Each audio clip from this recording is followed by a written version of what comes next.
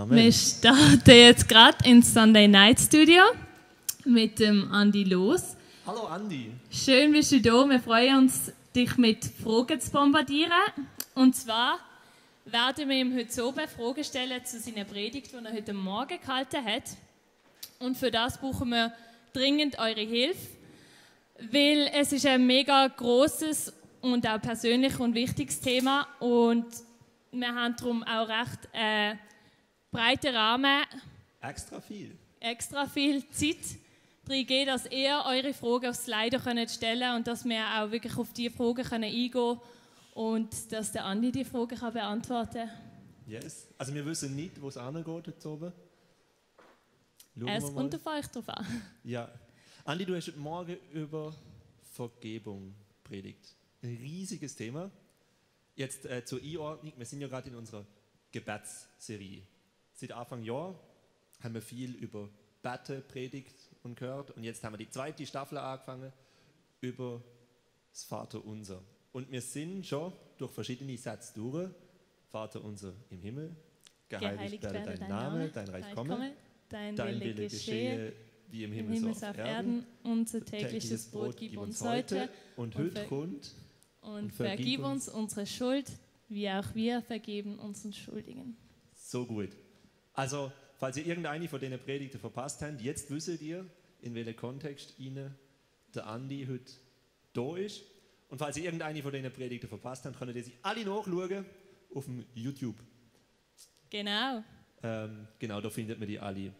Auch die vom Andi von heute Morgen. Falls ihr jetzt findet, boah, ich muss unbedingt noch mehr im Andi zuhören, die Predigt von heute Morgen ist dort online. Ja, Andi, ich freue mich mega fest, dass du heute da bist. Das ist immer so ein ganz besonderer Sonntag, finde ich, für mich, wenn du dort zu Gast bist.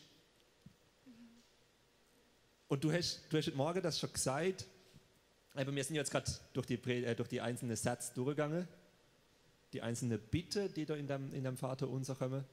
Und die sind alle, jede ja so ein bisschen für sich irgendwie einzigartig. Aber dann kommt auf einmal das Thema Schuld rein. Nachdem wir da über Brot betet haben und über dein Reich und dein Name, kommt auf einmal das riesige Thema Schuld und Vergebung. Und du hast selber gesagt heute Morgen, das kommt so ein bisschen quer. Und wir werden uns das gerade schnell anschauen zum Anfang von dem Talk im ersten Video. Das finde ich disruptiv. Das müssen wir uns geben, Leute. Wir müssen uns diese verstörenden Momente, diese verstörende Wirkung, diese Effekte dieses Gebetes, dieser Zeile, die müssen wir uns geben. Wisst ihr warum? Weil sonst besteht bei uns nämlich die Gefahr, dass wir dieses Unser Vater runterknattern. Dann leiern wir es einfach runter. Es tut uns gut, wenn uns dieses Gebet jetzt erstmal so quer steht und wir nicht genau wissen, hallo, echt?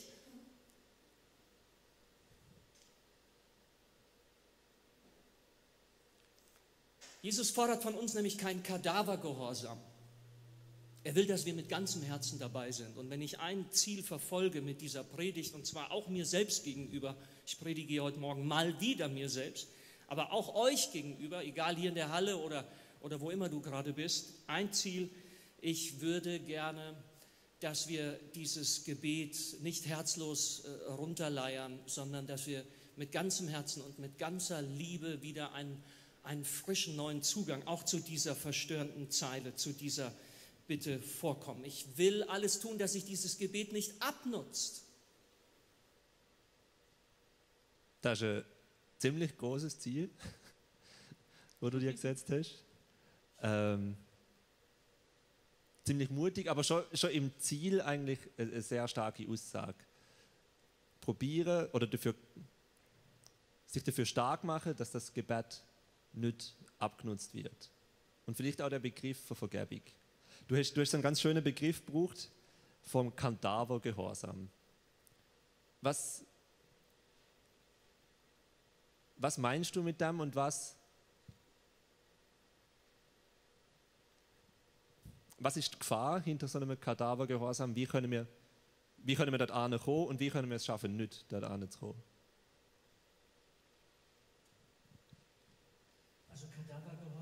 ist halt nicht in sich selbst lebendig, weil es ist eben ein Kadaver. Das verfault. Kadavergehorsam funktioniert eben so, dass wir, vielleicht haben wir ja mal erlebt, dass sich Gebete in unserem Leben bewährt haben oder bestimmte Überzeugungen des Glaubens.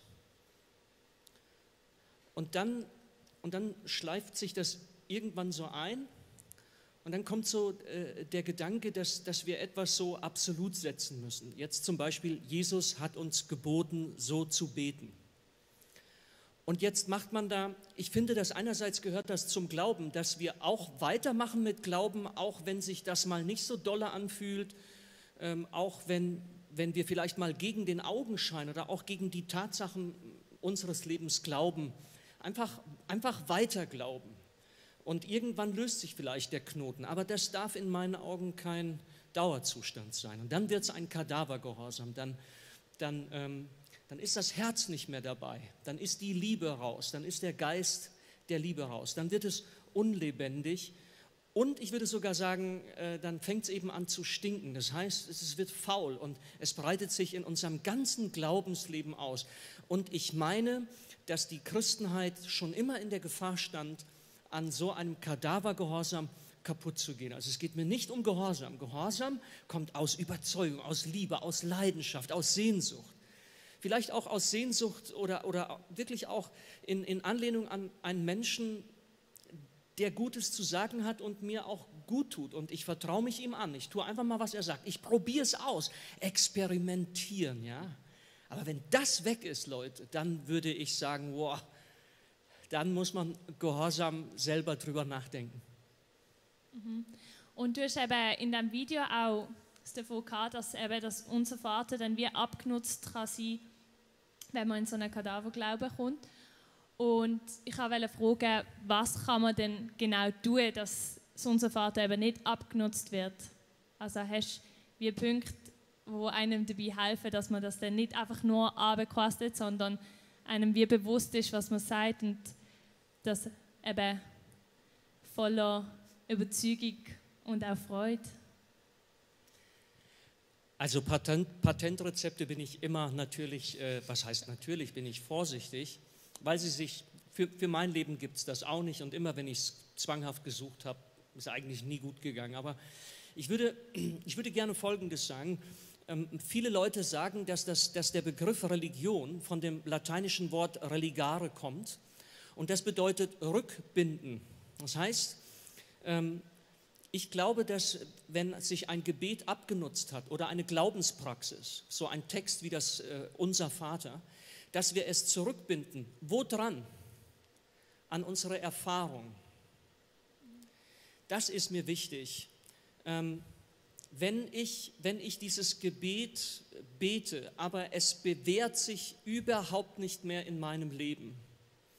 Und gerade diese Zeile, wenn ich jetzt zum Beispiel merke, dass mich diese Zeile wie in eine Angst verwickelt. Ich gebe ein konkretes Beispiel. Lacht bitte nicht. Aber ich habe als Kind, als Jugendlicher Heidenangst gehabt, dass ich sterbe und habe Gott nicht alle meine Sünden bekannt und ihn um Vergebung gebeten. Ich wette, es sind einige hier, die diese Angst auch kennen. Ja? Und da merkt man dann, wenn man das jetzt mal seine Gebetspraxis zurückbindet an die Erfahrung, merkt man, die Art und Weise, wie ich bete, da schleift sich etwas ein und urplötzlich wirkt das auf mich zurück und macht mir Angst. Und da finde ich auch wieder, das wäre vielleicht so etwas, wo ich erstmal sensibel und wie wach geküsst werde.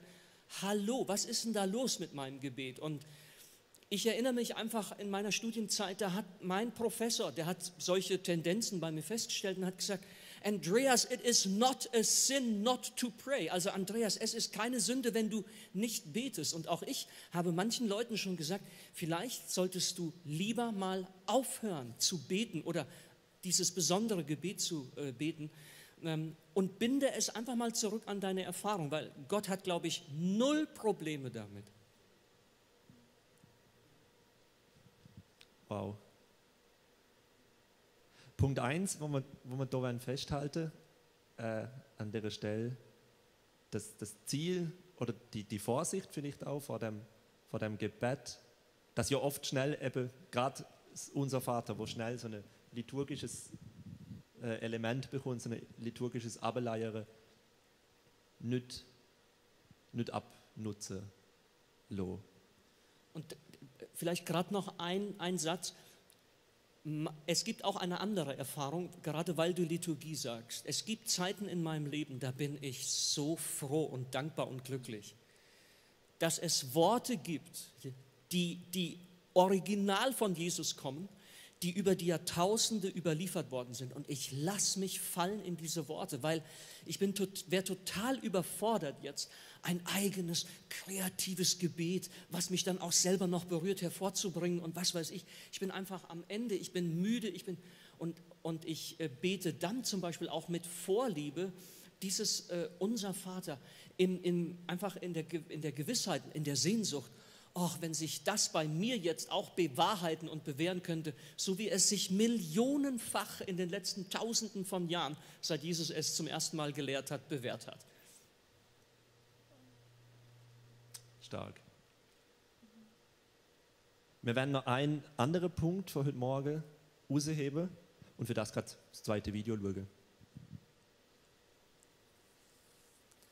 Es tut mir so leid, dass wir unter diesem Missbrauch dieses Wortes so sehr leiden. Ich könnte euch so viele Geschichten von Menschen erzählen, die mir erzählt haben, dass sie aufgefordert wurden zu vergeben. Als wäre das so ein Knopf, den du drücken kannst in dir, wo man gesagt hat, ja klar, dass dein Leben nicht weitergeht, ja klar, du bist unglücklich, bist nicht glücklich, ist doch Logo, weil du halt nicht vergibst. Aber es ist dir geboten zu vergeben und sonst wehe dir, da ist dein Glaube in Gefahr, wenn du jetzt nicht vergibst.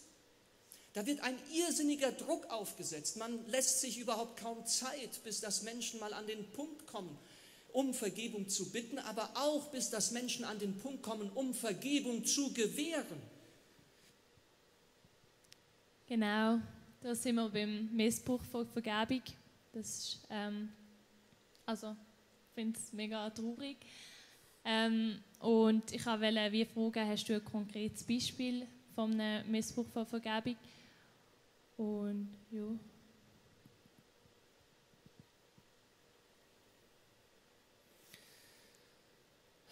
Ja, eigentlich finde ich meine eigene Tourenzahl jetzt da ein bisschen zu hoch. Das Thema ist so schwierig und heilig und tief. Das muss man vielleicht jetzt bedächtiger sagen. Ich habe viele Beispiele. Ich habe vor 2 oder 3 Jahren eine Studentin begleitet, die aufgrund der eigenen Erfahrung bei mir eine Bachelorarbeit über Vergebung geschrieben hat. Und im Hintergrund liegt eine schlimme Missbrauchsgeschichte.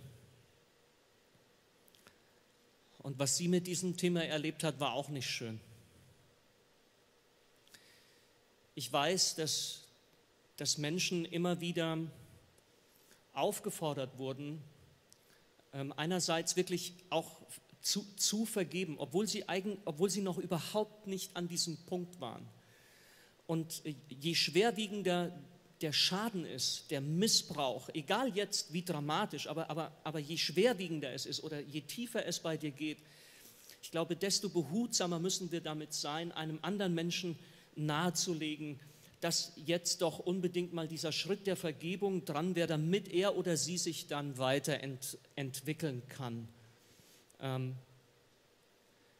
Ja, und auch ich selbst bin an manchen Punkten auch schuldig geworden an Menschen und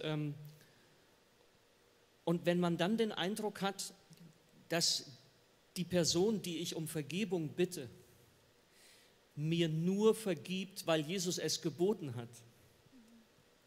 Es fiel mir an einer Stelle bis heute besonders schwer, zu glauben, dass der Mensch, den ich um Vergebung gebeten habe, mir wirklich vergeben hat, weil das klang so eigenartig, als wäre das, ja, ich folge jetzt, ich bin Jesus gehorsam und ich vergebe dir. Es hätte mir eigentlich gut getan, wenn er erstmal gesagt hätte, auch, du hast mich unfassbar verletzt. Ich hätte das nie gedacht. Und ich hätte auch gut damit leben können, wenn er mir gesagt hätte, ich kann dir jetzt noch nicht vergeben und weiß es auch nicht, ob ich dir jemals vergeben kann.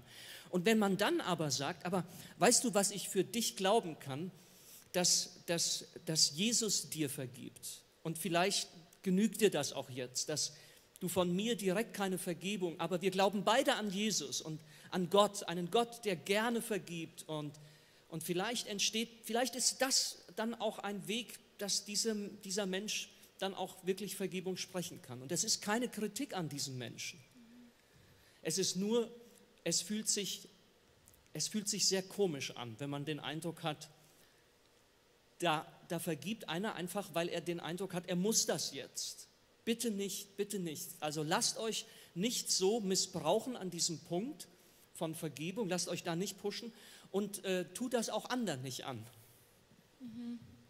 Aber Vergebung braucht Zeit und man sollte niemanden dazu drängen, wenn er noch nicht bereit ist dazu. Genau.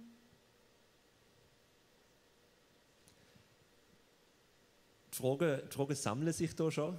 Ich möchte jetzt, glaube ich, gar nicht viel länger über deine Predigt reden, sondern da anfangen mit den Leuten reden. Ja, toll, vielen Dank. Wir haben jetzt, ich mache das sind wirklich so meine glaub, Kernpunkte gesehen, wo wir jetzt nochmal rausgeschafft haben, wo ich zugelassen habe, die heute Morgen. Die Vorsicht vor dem Glanz, vor dem Gebet, wo verloren gehen kann, und vor dem Wort Vergebung. Und gleichzeitig die Vorsicht vor dem Missbrauch, vor dem Wort und auch vor dem Gebot. Und das sind jetzt zwei so schwere Punkte vielleicht. Wir werden nachher auch noch am hoffnungsvolleren Punkt enden. Aber wir werden uns jetzt den Raum nehmen, in der Spannung innen vielleicht auch zum kurz auf die Frage eingehen. Und ich finde jetzt muss ich gerade schauen, wie sie findet, leitet da super über aus vielleicht auch dem Missbrauch.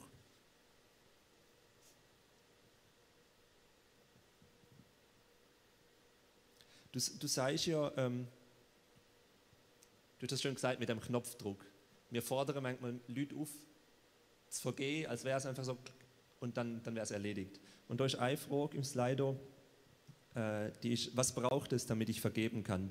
Was kann die, in Anführungszeichen, schuldige Person tun, um mir zu helfen, ihr zu vergeben? Und was hat das mit Gott zu tun?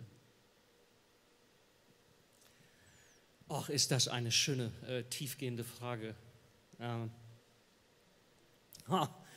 Wow, das ist aber jetzt echt heftig. Naja, es ist letzten Endes so wie in allem.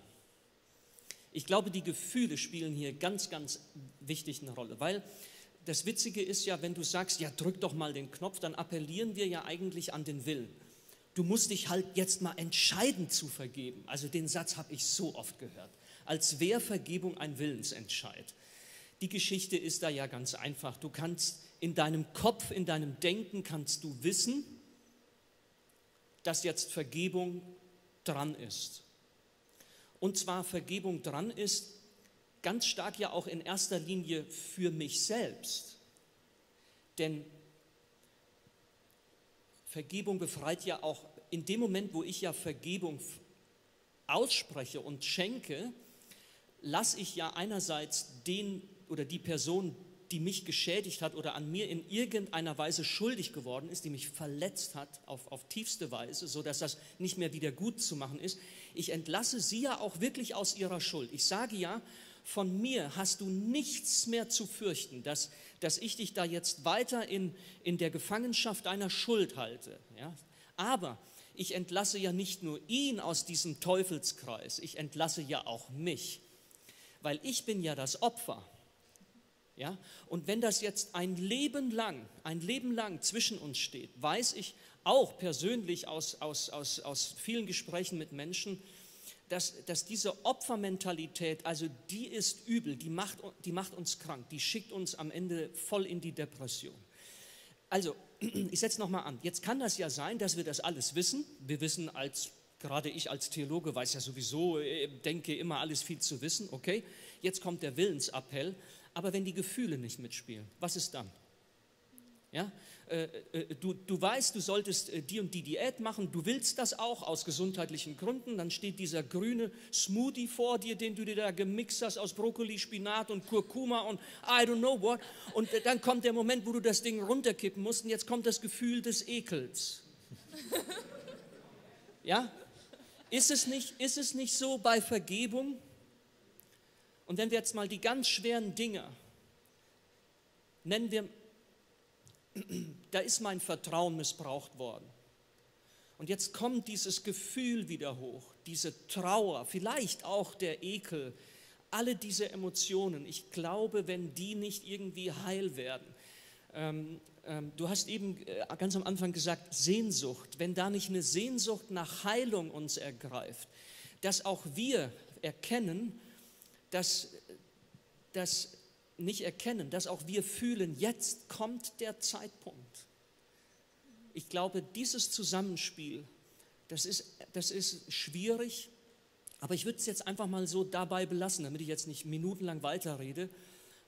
Achte auf deine Gefühle, folge der Stimme deiner Sehnsucht. Wo ist der Sog? Wo spürst du Sog aus der Zukunft deines Lebens? Das ist vermutlich der Sog des Heiligen Geistes.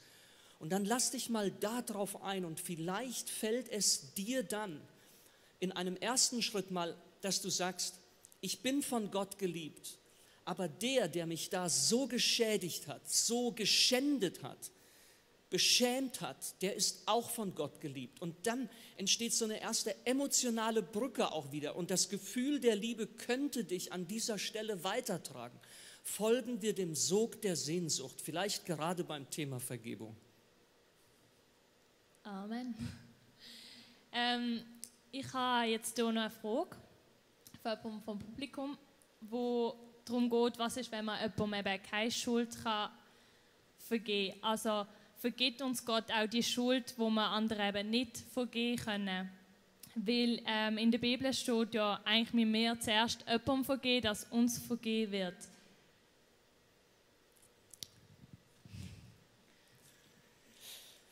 Ja, man könnte wenn ich das jetzt richtig verstehe, könnte man ja diesen Satz, vergib uns unsere Schuld, wie auch wir vergeben unseren Schuldigern, könnte man dahingehend jetzt verstehen, dass man sagt, also wenn du nicht zur Vergebung bereit bist, dann wird Gott dir auch nicht vergeben. Aber so ist dieser Satz meines Erachtens nicht gemeint. Also ganz kurz, dieser Satz richtet sich an Menschen, die mit der Vergebung Gottes beschenkt worden sind. Und das ist ein völlig anderes Ballgame, als wenn du woanders stehst. Dieser Satz richtet sich an Leute, denen Vergebung ins Leben gefallen ist. Und zwar Vergebung letzten Endes auch von Gott her. Und dieser Satz sagt jetzt, wenn du Gott um Vergebung bittest, bedeutet das eigentlich, dass du den Strom der Vergebung, diesen Strom des Geistes, jetzt auch durch dich durchströmen lässt und im selben Moment die Vergebung auch den anderen gewährst. Weil wenn du das nicht tust, machst du das rückgängig, was dir geschenkt worden ist und damit beschädigst du dich selbst. Ja? Und jetzt habe ich aber den ersten Teil könntest du das nochmal lesen, den ersten Teil der Frage. Vergibt uns Gott auch die Schuld, wenn wir andere also nicht vergeben können? Ja, natürlich. Was heißt natürlich? Ach, das ist so blöd, immer so zu tun als, nein, es ist nicht natürlich, es ist der Hammer. Ich versuche es wieder konkret zu machen. Ich war in meinem Leben mal an einem Punkt, dass ich wirklich etwas getan habe und mich auf eine Art zu leben eingelassen habe, die hat ganz, ganz viel Schaden für andere Menschen bedeutet. Und zugleich ich habe keine Buße aufbringen können. Ich konnte diese Zeit, ich konnte diese Wochen und Monate, auch das, was ich dort erlebt habe, obwohl es für Menschen, die mir lieb und heilig waren, eine tiefe Verletzung war, ich konnte das nicht einfach diabolisieren, weil wenn du es ja so verteufeln, verbiestern kannst und es fällt dir wie Schuppen von den Augen, was für ein Seich du gemacht hast, da fällt uns ja auch die Buße leichter, dass du in Sack und Asche und Mann, was habe ich gemacht? Und dann kommt ja, ich brauche Vergebung und dann ist es. Und ich glaube, damals habe ich lange rumgemacht, kann Gott mir auch Schuld vergeben? wenn ich nicht in der Lage bin, sie ganz tief zu bereuen und ich meine, dass Gott mir deutlich gemacht hat, natürlich auch das. Natürlich vergibt Gott auch mir, und zwar beides, wenn ich nicht wirklich zur Buße und Reue und zur Bitte um Vergebung komme, da vergibt Gott mir auch. Und auch umgekehrt weiß doch Gott häufig viel besser als ich, was die genauen Gründe dafür sind, dass ich nicht vergeben kann. Da hat doch Gott Verständnis. Und dann nimmt er mich in den Arm und sagt, ich verstehe, dass du nicht vergeben kannst. Und weißt du was, du musst es jetzt auch nicht. Und ich kümmere mich um den anderen, aber ich kümmere mich auch um dich. Und ich vergebe dir auch deine Unfähigkeit zu vergeben. Ich glaube, das ist eine Frage, die ich einfach sagen kann, habe ich mir auch schon oft gestellt. Danke.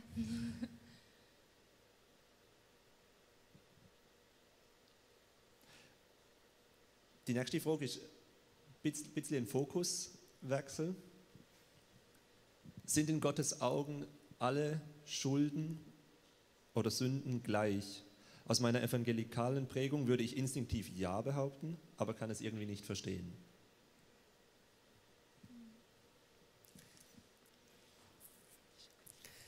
Der Herr Theologe lehnt sich jetzt ganz weit aus dem Fenster und tut etwas, was er nie tun sollte. Ich weiß doch nicht genau, also ich bin nicht Gott. Und weil ich zum Glück für euch alle nicht Gott bin und für mich selbst, stellt euch das vor, weiß ich natürlich nicht, wie Gott etwas sieht, wie Gott etwas wahrnimmt. Müsste uns Gott das selber beantworten. Also seid euch dessen bewusst, deswegen sage ich, lehne mich weit aus dem Fenster. Ich glaube, Sünde ist für Gott nicht gleich Sünde. Und zwar bin ich gerade in der Vorbereitung auf die Predigt heute darauf gekommen. Ich habe ja am Anfang erzählt von diesem Durchlauferhitzer, wo sich dieses Bittgebet, dieses Unser Vater, wie abnutzt, ja. Und dieser Durchlauferhitzer, der funktionierte bei mir so, dass ich wie großgezogen worden bin, Gott sieht alle deine Sünden, du sündigst jeden Tag. Also musst du Gott um Vergebung bitten. Und das steigert sich dann immer mehr, weil irgendwann nutzt sich das ja ab und dann musst du halt noch mehr Sünde erkennen, damit du wieder neu so dieses Aufatmen und Durchatmen. Und irgendwann, vor noch gar nicht allzu langer Zeit, habe ich mich echt noch mal ganz neu gefragt, wie reagiert denn Gott, wenn ich mal wieder, keine Ahnung, zum gefühlten 1500. Mal mit derselben Sünde zu ihm komme? Bis dahin hatte ich mir immer vorgestellt, ich trete vor den Thron Gottes, ich bekenne ihm meine Sünde oder das wird dann offenbar und eigentlich ist dann Gott erstmal so, wow, und ja, das ist auch nicht in Ordnung und ja, und Buße tun und sind deine Knie auch blutig genug und checkt mich dann so stundenlang, ja, meint er das auch wirklich ernst? Bereut er auch wirklich?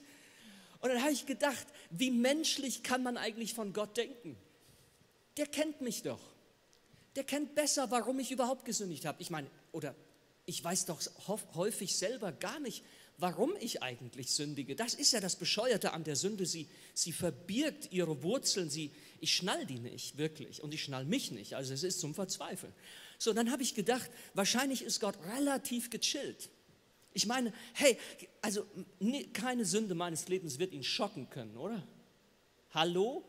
Nee, nie im Leben. Also ich habe ihn, seitdem sehe ich ihn vor mir und er sagt, ach Andi, das kennen wir ja schon. Und ich glaube, dass Gott deshalb eine grundsätzliche Großzügigkeit mit mir hat. Eine Entwicklungsgroßzügigkeit, wo ich mich auch entwickeln kann. Und deshalb sage ich jetzt, ja, ich sage es mal so, manchmal bete ich deshalb das Vaterunser nicht mit. Und zwar dann, wenn ich einfach beim besten Willen nicht sehe, dass ich jetzt wirklich um Vergebung bitten möchte oder muss, oder auch wenn ich jetzt mal wieder so denke, das kennt Gott, das haben wir 100-mal miteinander im Gebet besprochen und ich glaube, das Ding ist jetzt durch und er zwinkert mir zu und sagt, ja, musst du jetzt nicht so hochhängen. Also, und deshalb glaube ich, gibt es bei Gott vielleicht so eine Art Abstufung, wo er sagt, jo, geschenkt. Aber dann gibt es vermutlich auch, wo Gott sagt, meine Güte, das ist jetzt echt der Hammer. Das hätte ich nicht gedacht, dass Andreas Loos in der Lage ist, so etwas zu tun.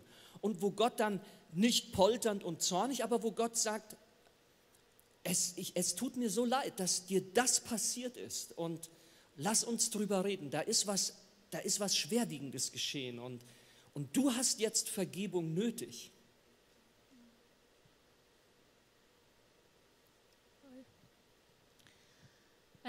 Andere Frage.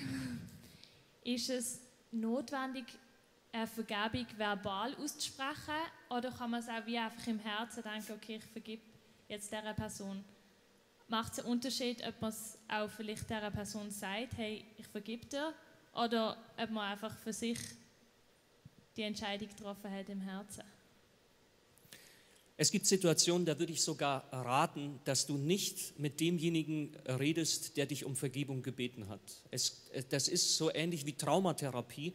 Wenn man in der Traumatherapie einen Menschen an das Trauma heranführt, muss man aufpassen, dass es nicht volle Kanne wieder zurückschlägt. Das sind dunkle Dinge, das sind Dämonen, die da ja irgendwo auch rumschlummern. Und deswegen würde ich sogar noch eins draufsetzen und sagen, an manchen Stellen scheint es mir fast ja nicht geboten, aber da würde ich empfehlen, vergib in deinem Herzen und äußere das erst gar nicht, weil ich glaube, Menschen können so sehr an uns schuldig werden, dass wir sie erstmal nicht sehen sollten, vielleicht nie mehr sehen sollten oder mindestens auf Jahre nicht. Und das ist auch eine wunderschöne Abstufung. Es ist häufig genügt zu sagen in meinem Herzen, ich lasse ihn los, ich lasse ihn frei und es ist gut so, wie es ist. Und dann gibt es aber auch Situationen, wo es vielleicht für mich selbst auch wichtig und heilsam ist, dass ich sage, ich habe dir vergeben, vielleicht auch um einen Schlussstrich zu ziehen. Einfach, diese miese Kiste ist jetzt und hier explizit ausdrücklich verbalisiert. Sie ist vollendet.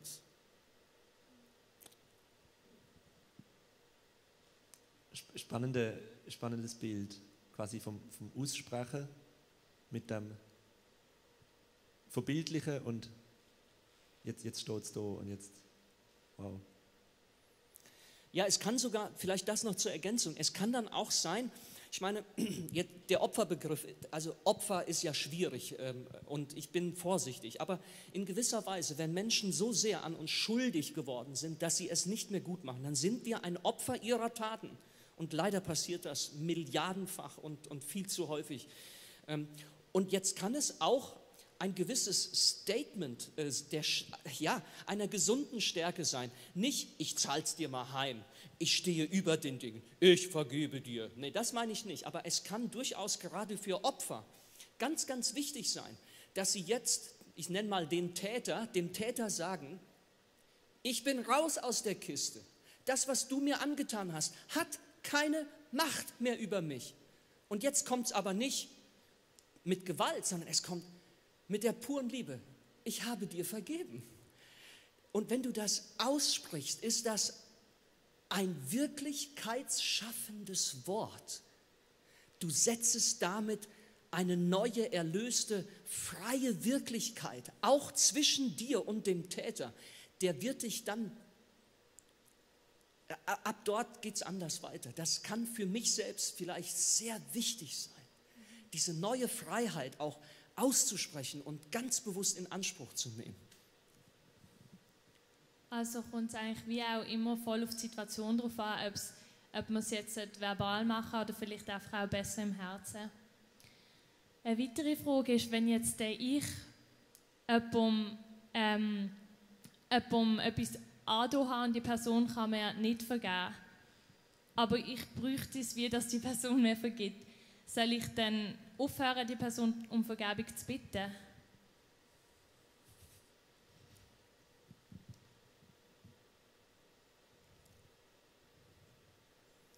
Wenn ich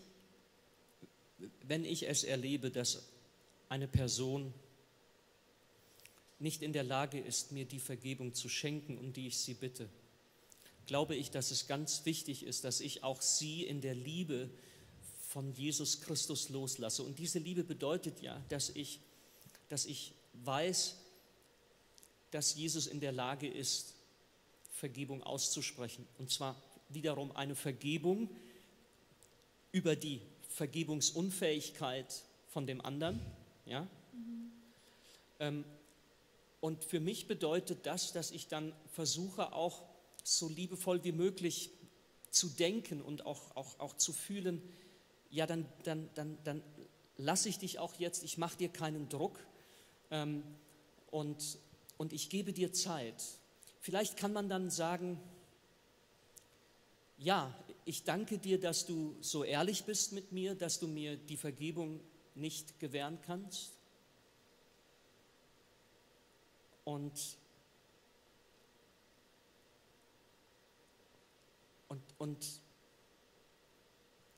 ich wünsche, dass das für dich auch gut kommt. Es gibt dort ganz dramatische Szenen, wo ein Wächter eines Konzentrationslagers ans Sterbebett im Sterben liegt. Nein, doch. Ein Jude, den er geschändet hat, der liegt im Sterben, glaube ich. Gibt es viele Geschichten, aber die, an die ich mich erinnere jetzt. Und dann kommt dieser Wächter, dieser Nazi, der so schlimme Dinge getan hat, der kommt aus seiner tiefen Gewissensnot und möchte am Ende noch einmal Befreiung haben. Und dieser jüdische Mann kann sie ihm nicht gewähren. Das ist natürlich sehr dramatisch. Und da weiß ich auch nicht, wie man damit dann leben kann. Also da kann ich jetzt echt nichts zu sagen.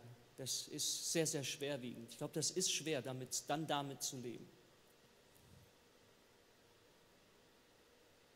Wir haben da gerade nochmal eine passende Rückfrage, eine Reaktion auf das Thema von vorher mit Vergebung als Schalter.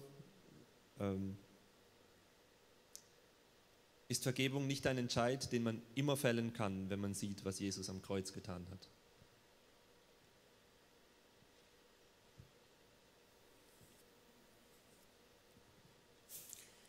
Ja, jetzt bin ich mal ein bisschen frech und heiter und lustig.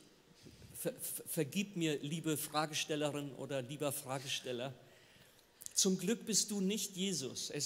Du musst nicht der Messias dieser Welt sein. Das ist zum Glück einer, weil wenn du der Messias dieser Welt sein müsstest,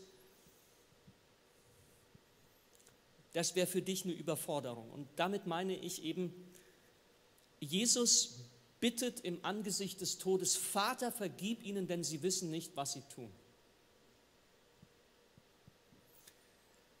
Und ich glaube, es gibt da eine Dimension, dass einfach Jesus so lieben konnte, so geliebt hat, in einer Weise, wie mir das nicht möglich ist. Und deshalb würde ich doch dabei bleiben und sagen, selbst im Angesicht meines Heilandes, der mir und allen Menschen alle Schuld dieser Welt, sagen wir, hat er zugedeckt, aber ich bin nicht wie er. Und deshalb muss ich mich auch in meinem Menschsein und in meiner Grenze auch ernst nehmen. Und ich denke eben tatsächlich, dass ich nicht zu jeder Zeit in der Lage bin zu vergeben. Ich glaube aber, dass wir auf eine Erfahrung zulaufen, wo wir im Angesicht dieser vergebenden Liebe Gottes, die sich gekreuzigt hat für uns, für alle Menschen, wo wir auch im Angesicht dieser Liebe in der Lage sind, zueinander hinzugehen und um Vergebung zu bitten und Vergebung zu schenken. Und das wäre für mich der Himmel. Da hört die Hölle auf und der Himmel fängt an. Ich glaube, dass wenn die neue Schöpfung beginnt, dass das ich will jetzt nicht sagen, eine Vergebungsorgie wird, aber es wird auf jeden Fall, ein mega Vergebungsevent. Und zwar nicht nur zwischen Gott und mir, sondern es wird auch eine Vergebung stattfinden zwischen uns.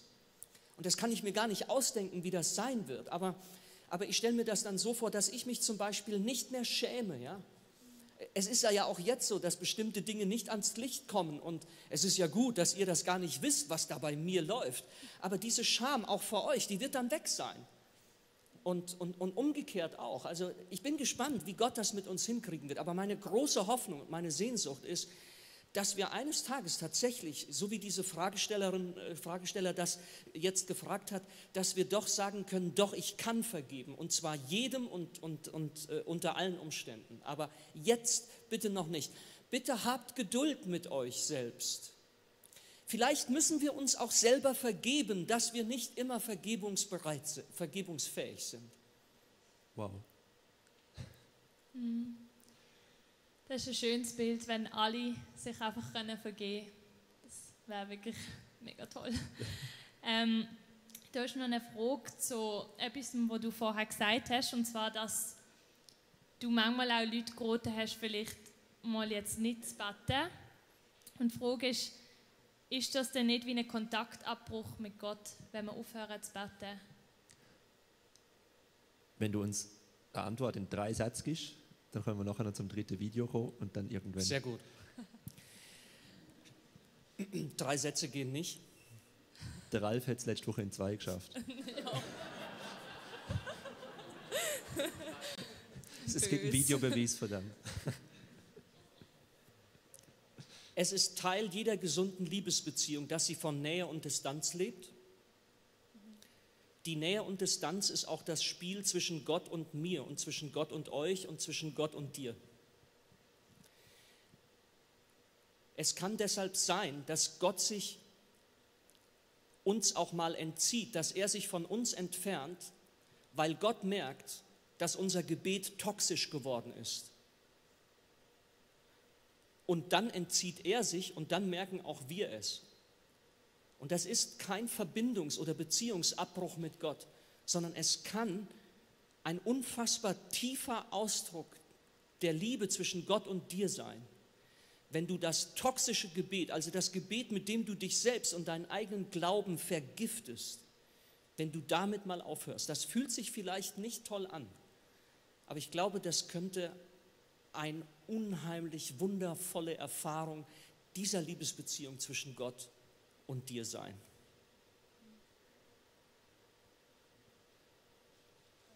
Einfach mal die Fresse halt. Lass uns das 3. Video noch schauen, dass wir da ein bisschen wieder aus der angespannten Situation rauskommen. Durch die Vergebung nimmst du dieses göttliche Recht in Anspruch und du sagst, Schluss jetzt mit dieser Gefangenschaft, mit dieser Schuld. Ich will das endlich loswerden und ein anderer Mensch werden. Du sprichst da von einem unglaublichen Potenzial von Vergebung. Wie kommst du dazu, der Vergebung so eine weltverändernde Macht zuzuschreiben? Ich glaube, dass die Macht der Sünde ganz, ganz stark bedeutet, dass es irgendetwas gibt, keine Ahnung, wie ich das jetzt genau beschreiben soll, was es uns unmöglich macht, uns selbst unmöglich macht, dass wir dieses ganze Potenzial und die Talente und die Energie, die Gott in uns hineingelegt hat, dass wir das nicht verwirklichen, dass wir uns selber nicht verwirklichen. Ich glaube, Gott möchte, dass wir zum Fliegen kommen, dass wir die Fülle des Lebens haben. Ja? So, und dann passiert das, dass es nicht geschieht. Und jetzt, glaube ich, bedeutet, um Vergebung zu bitten, dass du ein Recht in Anspruch nimmst, was Gott dir verliehen hat. Und es ist das Recht, dass du ein anderer Mensch werden darfst. Und das ist für mich eines der größten Potenziale von Vergebung. Ich nehme das Recht in Anspruch, eine andere sein zu dürfen in Zukunft. Ein anderer. Ich bin auf dem Weg, nicht hinter mir selbst her, sondern hinter dem her, was ich sein könnte, auch von Gott her. Und das finde ich ist doch Was will man denn mehr? Und leiden nicht alle Menschen auf dieser Erde irgendwie immer wieder genau daran, dass wir spüren, wir sind noch nicht angekommen. Und das hat jetzt überhaupt nichts mit billiger Selbstoptimierung und so weiter zu tun, überhaupt nicht, sondern eben dort, wo du an diesen Nullpunkt kommst und sagst, so will ich und so kann ich nicht weiterleben. Ich will anders weiterleben und ich kann eine andere werden. Und jetzt ergreifst du diese Verheißung und dann wirst du freigesetzt für die Zukunft. Vergebung, ich glaube, es ist kaum etwas so befreiend und freisetzend wie die Vergebung, die mir widerfährt. Und ja, als Beispiel, ich habe mit meinem Bruder jahrelang fett im Streit gelegen, so unterschwellig. Ja? Das war ein schlimmes Verhältnis. Und dann habe ich ihm einen Brief geschrieben und habe ihm gesagt, Henning, ich habe dich einfach immer grundtief falsch behandelt und ich bitte dich um Vergebung. Ihr könnt meinen Bruder Henning heute fragen, was das mit unserer Beziehung gemacht hat. Wir sind heute so und wir beflügeln uns gegenseitig. Ein Wunder. So schön. Es freut mich mega, das zu hören und es ist auch mega ermutigend. Das nehme ich gern mit. Und ich möchte dich jetzt noch darum bitten, vielleicht auch einfach noch die wichtigste oder der wichtigste Punkt für dich uns mitgeben, was du uns einfach möchtest aufs Herz legen und dann darfst du auch gerne noch mit uns beten.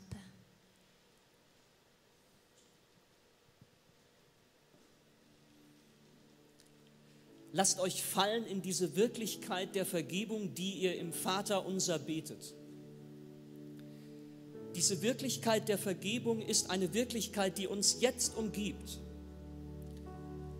Öffnet euch dafür, lasst euch ergreifen, spielerisch, eben nicht mit Druck und Manipulation und Zwang. Egal, ob ihr um Vergebung gebeten werdet oder ob ihr um Vergebung bittet.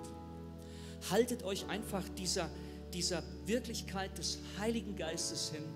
Die Vergebung ist irgendwie wie im Raum, sie ist immer da. Lasst euch mal drauf ein, euch von ihr verzaubern, von ihr erfassen und ergreifen zu lassen und versucht mal auch gefühlsmäßig zu spüren, wann ist was dran. Der Heilige Geist wird euch dabei leiten. Und deshalb bitte ich dich, Heiliger Geist, weil wir es ja nicht auf die Latte und auf die Reihe kriegen. Ich bitte dich, Heiliger Geist, dass du uns leitest.